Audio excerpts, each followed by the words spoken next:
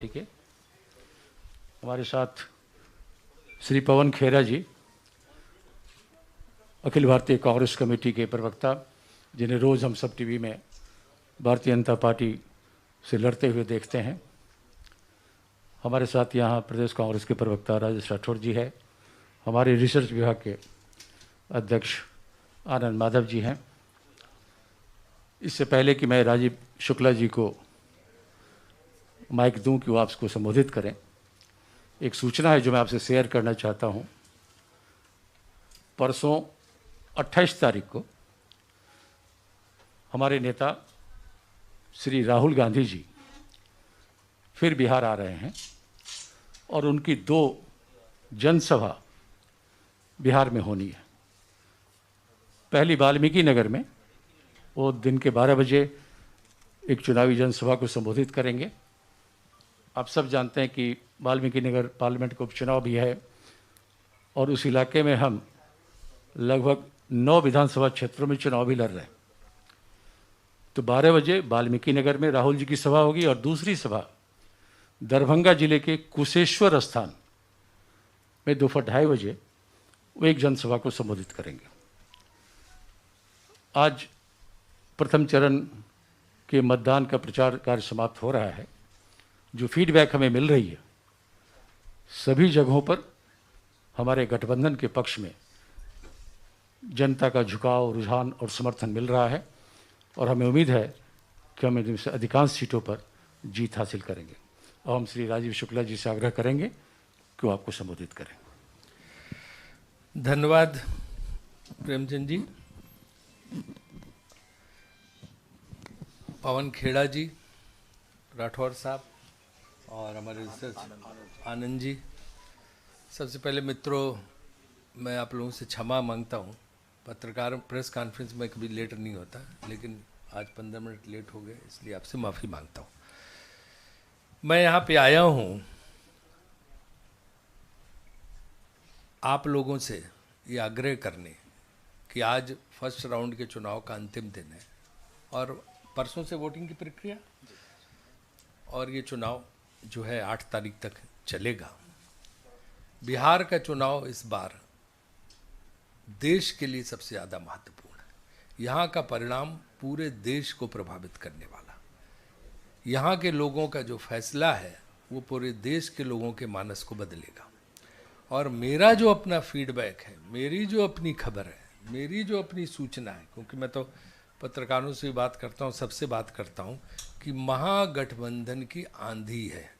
और बुरा न मानिए अगर मैं कहूँ कि 2014 में हमें एहसास नहीं होता, मैं तो मंत्री था केंद्र में, लेकिन मोदी की 2014 के लोकसभा चुनाव में आंधी थी। वही आंधी मुझे यहाँ तेजस्वी की दिखाई दे रही है, तेजस्वी कांग्रेस इस गठबंधन की। जो 2014 की मोदी की आंधी थी, वही यहाँ पे तेजस्वी महागठबंधन की आंधी है। और आप देखिएगा कि यहाँ पे अप्रत्याशित परिणाम आएंगे, अभूतपूर्व बहुमत आएगा और मौजूदा सरकार जो एनडीए के है नीतीश कुमार जी के नेतृत्व में, वो यहाँ से जानने वाली है, उसका जाना तय है। और आपने देखा होगा इसका पदचाप की आहट सबसे पहले बीजेपी को सुनाई दे रही है, इसलिए उन्होंने अपनी होर्डिंग से जो है नीतीश जी का फोटो गायब कर दिया। जब गठबंधन लड़ रहा है तो दोनों फोटो होने चाहिए, मोदी जी का भी हो और उसके साथ साथ नीतीश जी का भी हो। तो मैं तो रास्ते में एयरपोर्ट से देख के फिर यहाँ सब जगह देख रहा हूँ, खाली मोदी जी के, वो सब गायब हो गए वहाँ पे। तो वो भी मुझे लगता है कि नीतीश जी को लाइबिलिटी मान के अपने सर पे नहीं लेना चाहते, वो अपनी बचाना चाहते हैं। और फिर एक तरफ महागठबंधन है, आरजेडी, कांग्रेस और हमारे वामपंथी दलों का, सामने की तरफ जो है महागठबंधन, हाँ महागठबंधन है, जिसमें समझ भी नहीं आ रहा कौन किसके साथ है। चिराग पासवान जी जो है वो दिल्ली में एनडीए में है और यहाँ वो कहते हैं कि हम जेल में भिजवा देंगे नीतीश कुमार को। और ये जो है ये बीजेपी वाले, उनके पोस्टर उससे नीतीश जी का नाम गायब कर देते। नीतीश जी के एक प्रवक्ता का कल मैं बयान सुन रहा था, वो चिराग पासवान को ऐसे गाली गलौज कर रहे थे जैसे लगता था कि वो बिल्कुल जो है सीधे सीधे आमने सामने उनका झगड़ा है। तो ये आपस में इतना झगड़ा है उनके गठबंधन में कि समझ में नहीं आ रहा कि कौन किसके समर्थन में, कौन किसके पक्ष में। और एक बात अंदर अंदर लोगों के दिमाग में है कि चिराग पासवान को भी बीजेपी के अंदर अंदर सपोर्ट है। वो भी नीतीश के चाहते कि नीतीश की सीटें बहुत गिर जाएं, नीतीश इस लायक ना रहें कि वो मुख्यमंत्री हो सके, और वो ये उनका डोमिनेंस ख़त्म करना चाहते हैं। उनकी पूरी इच्छा मुझे इसकी साफ साफ तौर पे ये लगती है। तो आप इस सब की वजह से जनता बहुत समझदार, जनता बहुत होशियार, इसलिए जनता ने इस बार फैसला कर लिया, निश्चय कर लिया कि उनको महागठबंधन को लाना है, तेजस्वी को मुख्यमंत्री बनाना है। एक ऐसी सरकार जिसमें तेजस्वी जैसा युवा मुख्यमंत्री हो और कांग्रेस जैसी एक अनुभवी पार्टी जिसको 125 साल राज करने का, शासन करने की सारी चीज़ पता है, वो बिहार के विकास में फिर जो है जुटेंगे। क्योंकि अगर आप पुराने कांग्रेस के मुख्यमंत्रियों के इतिहास और रिकॉर्ड देखें, बिहार को सारा कुछ उन्होंने तो दिया। क्या एक से एक जो पुरानी बिल्डिंगें, इमारतें, ऐतिहासिक सब देखते हैं, सब उसी ज़माने की है। क्या लीडरशिप थी बिहार से यहाँ पे, राजेंद्र बाबू से लगा के, और लगातार सब कांग्रेस की लीडरशिप जो यहाँ थी, कमाल लीडरशिप थी। तो उन सब का अनुभव मिलके जो है उस पार्टी का, और एक ऐसी सरकार देंगे जो बिहार के विकास, बिहार की प्रगति और बिहार का नाम पूरे देश में रोशन करने का काम करेगी। एक तो ये पक्ष है। दूसरा एक चीज़ मैं जानबूझ के रखना चाहता हूँ, दिल्ली में जिन दिनों लॉकडाउन चल रहा था तो हम भी निकलते थे, देखते थे रात में भी नंगे पांव, सर पे पोटली, हाथ में बच्चा, पूरी रात चल रहे, न खाने का ठिकाना, न पीने का ठिकाना, न सोने का ठिकाना, बारिश हो रही, धूप में पुलिस वाले लाठियां मार रहे। ऐसे लाखों मजदूर भाई बहनों का परिवार जो है बिहार की ओर बढ़ रहा था। उन लोगों का दर्द आज तक मेरी आंखों में है, और सच में रोना आता है उन लोगों का दर्द देख के। लेकिन दिल्ली में ना प्रधानमंत्री का दिल पसीजा, और न पटना में नीतीश कुमार का दिल पसीजा। किसी के भी आंसू आ जाते, कोई भी रो देता। अगर आप कहीं से इंसान हैं तो उनको देख के आप सोच सकते हो। मैं आपसे कहता हूँ, आप 5 किलोमीटर वॉक जब रोज करते हो, जो लोग इनमें से एक्सरसाइज मानते हैं, उस 5 किलोमीटर में आफत हो जाती गर्मी में, पसीना आ जाता है, 5 किलोमीटर आदमी बैठ जाता कि बड़ा काम कर लिया। ये 700 किलोमीटर, हजार किलोमीटर पैदल, सामान लिए हुए, गठरी लादे हुए, बच्चे को पकड़े हुए। एक फोटो है ना कि उस पर सूटकेस पे बच्चे को बिठा के ले जा रहे हैं। क्या मतलब, तुम इंसानियत तो रखो, मानवता तो रखो, हमदर्दी तो रखो। आपके आंसू क्यों नहीं निकले? आप लाठी भी उनको मार रहे हैं, आप उनको रोक रहे हैं, जबकि कॉन्स्टिट्यूशन में, संविधान में 19(1)(c) बहुत स्पष्ट प्रावधान है जिसमें लिखा है कि एक भारतीय का एक स्थान से दूसरे स्थान तक जो उसका इंडिविजुअल का राइट है, उसको आप उसको आने जाने से रोक नहीं सकते। आप इंडिविजुअल्स के, व्यक्ति के विशेष के अधिकार को आप रोक नहीं सकते हैं। लेकिन इन्होंने कुछ ध्यान ही न संविधान का ध्यान दिया, ना अपनी जो है, जो एक आपके अंदर, आत्मा के अंदर कचोट होनी चाहिए, वो भी नहीं आई, और आपने जो है कुछ नहीं उनके लिए किया। और इसके बाद आप देखो, हिम्मत देखो कि आप होर्डिंग लगा देते हो कि लाखों मजदूरों को सुविधाजनक ढंग से उनके घर पहुंचाने के लिए धन्यवाद मोदी जी का। अरे ये तो मत करो, आप जले पे नमक छिड़क रहे हो। इससे तो और उनके दुख बढ़ते हैं, जो उन्होंने झेला है, जो उन्होंने देखा है। और आज आपने देखा होगा, पटना एयरपोर्ट पे चले जाओ, वही मजदूर लोग जो है, क्योंकि उनकी ज़रूरत है, ऐसा अनमोल, ऐसा मूल्यवान बिहार का वर्कर था कि बाहर हर एक उद्योग में उनकी ज़रूरत है। वो लोग उनको वापस ले जा रहे हैं जहाज़ों से, क्योंकि बिना उनके काम नहीं चल रहा।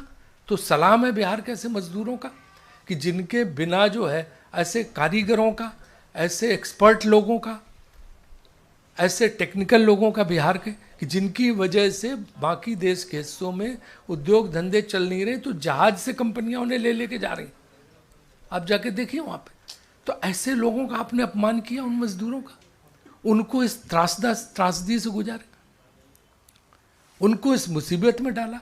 वहाँ मतलब वो महाराष्ट्र के मजदूर जो है, उनकी मैं बात क्या कहूँ, तो बिहार है, बेचारे थक चूर के रेल की पटरी पे सो गए, और नींद ऐसी आई, इतने थके मांदे थे कि होश नहीं रहा, ट्रेन नहीं आके सबको कुछ चल रहा। उनको न ट्रेन की आवाज़ सुनाई दी न सीटी सुनाई दी। ऐसा दर्दनाक मंजर था, ऐसा जो है हैवानियत का नज़ारा था। और उसमें भी सरकार पूरी तरह असंवेदनशील रही। नीतीश कुमार जी ने कहा हम घुसने नहीं देंगे ने, तो कहाँ जाएंगे वो अगर आप घुसने नहीं देंगे। तो ये जो है निर्मम निष्ठुर सरकार केंद्र की, बिहार की, इन लोगों ने बिहार के लोगों, बिहारियों के साथ बहुत बड़ा अन्याय किया। ये मौका है आप लोगों के माध्यम से प्रदेश की जनता को कहना चाहता हूँ कि इस बार मत चूको। बटन पे जो है आप जहाँ आरजेडी का कैंडिडेट हो आरजेडी के कैंडिडेट को, जहाँ कांग्रेस का कैंडिडेट महागठबंधन है वहाँ उसको, और जहाँ हमारे अन्य सहयोगी दल वामपंथी है उनको दे के प्रचंड बहुमत से यहाँ सरकार बनवानी चाहिए। इनकी विदाई करनी चाहिए। वैसे भी 15 साल हो गया, बहुत झेल लिया लोगों ने, अब इनसे मुक्ति पाइए। यही मैं आपके माध्यम से प्रदेश की जनता से आग्रह करना चाहता था। कोई प्रश्न पूछना चाहे? क्या बात है कि Nitish Kumar has been missing from the BJP posters?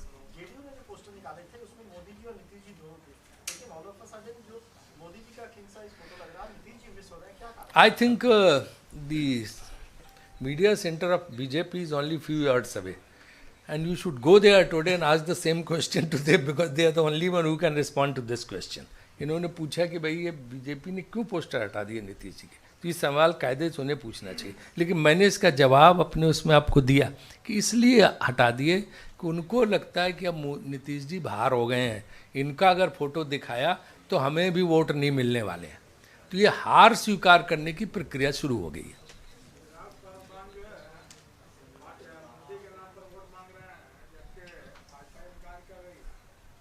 तो यही तो समझने, यही तो मैं आपसे कह रहा हूं कि मेरी समझने गठबंधन कैसा है। ये तो लड़बंधन है, गठबंधन तो लग ही नहीं रहा कहीं, सब एक दूसरे से लड़ रहे हैं कि हम जी वहां आपके साथ हैं, यहां नहीं है, यहां इसको जेल भेज दो। और दोनों युवा इस समय बिहार के इसमें 2 युवा आपको दिखाई दे रहे, सबसे ऊपर पे तेजस्वी है, वो भी नीतीश के खिलाफ है, और चिराग पासवान दूसरे युवा जो है वो भी नीतीश। सारी युवा शक्ति उधर ही खिलाफ हो रही। और हमारे राहुल जी तो सब में सम्मान नहीं, देश भर में वो भी प्रचार कर रहे हैं यहाँ पे। तो सब युवा शक्ति तो पूरी खिलाफ है। शुक्ला जी आप कह रहे हैं कि जहाँ कांग्रेस का कैंडिडेट है उसको वोट दीजिए, जहाँ आरजेडी का कैंडिडेट है उसको वोट। अलका लांबा कर रही हैं आप जितने रेपिस्ट को दे दिए हैं टिकट, अलका लांबा कह के जाती है कि उनको वोट मत दीजिए। किसको दे दिए? रिपीट? रेपिस्ट को दिए हैं, जिससे आप राजवल्लभ ये तो देखो एक ऐसी चीज, देखो आजकल, अच्छा चुनाव आयोग में ऐसा प्रावधान है, अब तो इतने फार्म भराए जाते हैं। आप अगली बार चुनाव लड़िएगा थोड़ा पत्रकारिता ऐसा लगाने के बाद, तो आपको पता चलेगा कि अगर कोई धारा उसमें प्रूव है, अगर आप आरोप साबित, आप चुनाव नहीं लड़ सकते। इसलिए आरोप ये चुनाव में लगते रहते हैं, तो इन आरोपों पे मत जाइए। हर एक पे अब मैं आपको बता रहा हूँ, स्थानीय सवाल है, फिर भी मैं आपको जवाब दे रहा हूँ कि आजकल चुनाव आयोग में इतनी सख्त प्रावधान है, अगर सचमुच कहीं कुछ है तो आप चुनाव नहीं लड़ सकते। इसलिए आरोप ये लगते रहते हैं हर चुनाव में, हर एक के खिलाफ, हर पार्टी में इस तरह के आरोप लगते रहते। अब अलका लामा जी की प्रेस कॉन्फ्रेंस तो मैंने तो सुनी नहीं, इसलिए मैं उस पर कहाँ जवाब दे सकता हूँ। नेक्स्ट। सभाओं में बहुत प्रोटेस्ट हो रहा है, लगातार देखने को मिल रहा है कि कई सभाओं में लगातार प्रोटेस्ट हो रहा है। नीतीश जी कहीं न कहीं बहुत गुस्से हो जा रहे हैं और संयम में वो खो बैठे हैं। देखिए वो स्वाभाविक है, तो कोई भी होगा, नीतीश कुमार की जगह हम आप भी होंगे। जब माहौल सामने ये नज़र आता है, लोग सामने से विरोध कर रहे होते हैं, तो अपने आप गुस्सा आता है, और उस गुस्से में आदमी इस तरह डांट डटाई शुरू कर देता है। तो उसमें उनके प्रति हमारे मन में करुणा और दया का भाव है, क्योंकि स्थिति ऐसी आ गई है कि लोग, जनता जब खिलाफ हो जाए। मुझे तो कोई कह रहा था कि बीजेपी की गाड़ियों में भी जनता पत्थर मार रही, उन पर भी हमले कर रही। तो जब जनता सड़क पर उतर आए और विरोध करने लगे, तो समझ लो फिर तूफान है इनके खिलाफ। तो मुझे तो तूफान नजर आ रहा, आंधी भी नहीं। वेव तो छोटी चीज होती है। राजीव जी, छोटा सा सवाल था आपसे, आपको लगता है कि somewhere down the line possibly the BJP committed the same mistake which you started committing post 1990, which is playing the second field? Playing the? Second field. We have taken a very considered decision. I think this is the best decision which has been taken by the party high command. That's why we have formed this alliance, because we are fighting for the ideology. To us, ideology is important, and we are pursuing an ideology, and As per that ideology, we have taken the best political decision. So there is no question of being first fiddle or second fiddle or third fiddle. They should take a call. Actually, they should think what you are thinking inside and doing something else. This is what BJP is doing. अंदर से चाह रहे हैं कि हमारे ज़्यादा आ जाए तो हमारा बने, और बाहर से कह रहे नहीं नीतीश कुमार जी को ही बनाएंगे, क्योंकि उन्हें लगता बाद में कहीं चुनाव के बाद कहीं नीतीश जी फिर न छोड़ के कहीं इधर उधर चले जाएं। तो ये सब जो तमाशा है ये विचित्र है।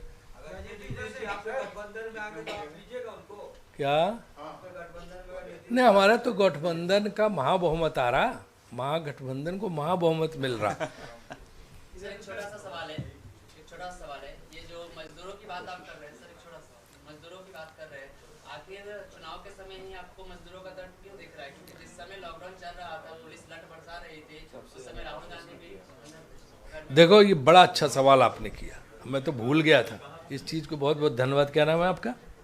मेरा नाम विकास कुमार था। हाँ, तो जो है आपने बड़ा अच्छा सवाल किया। हम सड़क पे थे, प्रियंका जी सड़क पे थी, उन्होंने बसें तक इंतजाम कराई।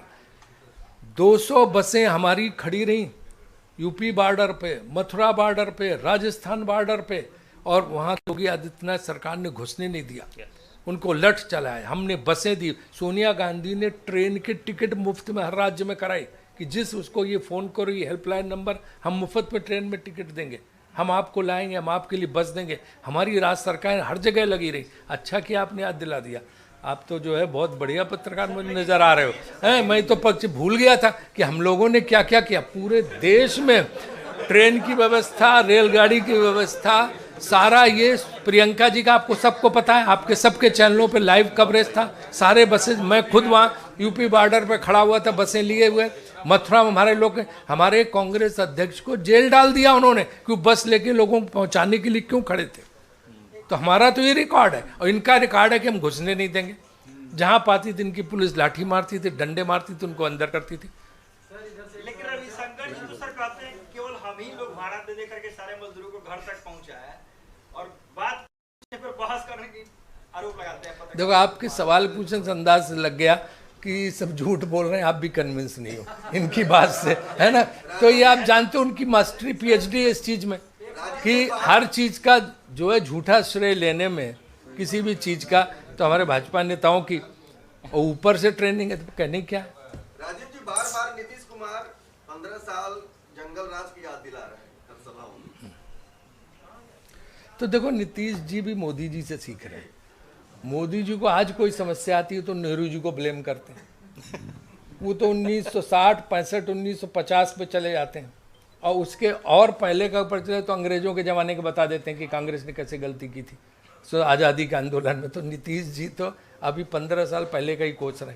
तो इन्हें तो आप कितने साल भी सत्ता रखो, पिछले वालों को कोचते रहेंगे। अपनी 15 साल की नहीं बताते हैं, क्योंकि कुछ कहने को है ही नहीं। क्या कहोगे? आपने एक सपना दिखाया था, आपने एक तस्वीर पेश की थी लोगों के सामने, एक तदबीर आपने रखी थी, और इसके बाद वो पूरी नहीं हो पाई। तो आप क्या करोगे? तो दूसरों को ब्लेम करो।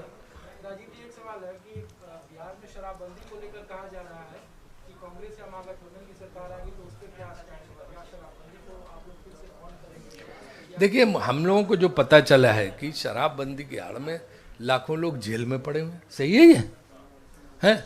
तो हम लोग कहना है कि हमारी सरकार आएगी तो ये देखेगी कि भाई कहीं जाति तो नहीं हुई, कुछ नहीं हुआ, इस तरह का कोई काम तो नहीं हुआ कि लोग तंग हों, क्या हो, को भी एक पॉलिसी के अंदर आता है।